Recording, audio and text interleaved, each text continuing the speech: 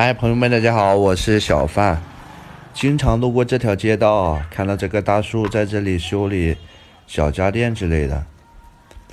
偶然的一次发现他没有右手，而且是不管刮风下雨啊，他都在这里。我就想着拍个视频啊。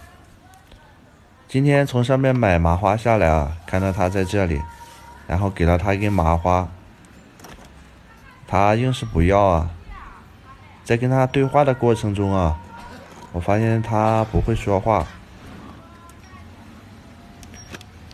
他把麻花吃了2口就放在那里了，然后现在在修理这个电水壶啊，我们来看一下他是怎么修理的。